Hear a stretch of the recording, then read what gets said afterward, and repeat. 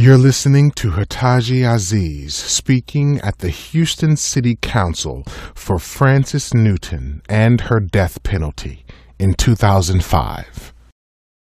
Good evening. I'd like to take a few minutes. My name is Hataji Aziz and I work with KPFT radio station, but I want to bring a couple minutes of humanity and create a situation where we can see Frances Newton as human as possible.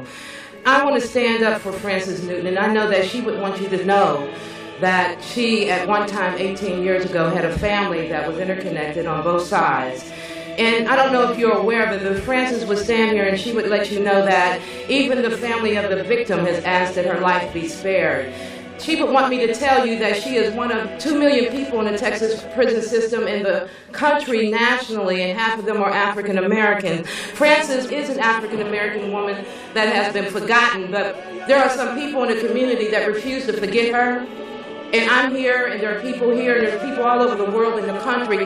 Frances is the mother of children that are no longer alive. Frances was a poor, indigent, black, African-American woman. And if she were here, she would like you to know that for the people who are poor in the prison system, that they often have no voice. This prison system has grown into a monstrous industrial system, and Frances is one of the people that is doomed to be killed on the 14th of September. You have been called.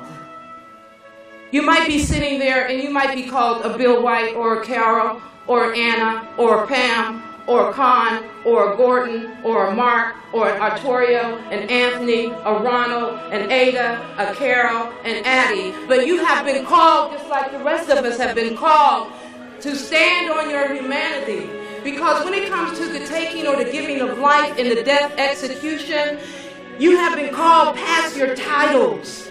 And we are asking you to call for a moratorium, to do whatever we know, because everybody knows that somebody's got a telephone call somewhere. Somebody's got a favor waiting somewhere. There's a phone call or list, somebody you know in higher places that can say, do not kill this woman on this day at 6 o'clock.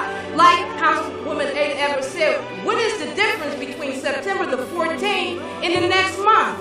It won't destroy the state of Texas. It won't shut down the prison system. It won't keep somebody even more safe. This woman has been sitting in a cell for 18 years. 18 years. A wasted life. And she would like you to know, if she were here, that she is innocent. That her attorney had no time to investigate whatever she needed to be investigated. That he gave her no voice.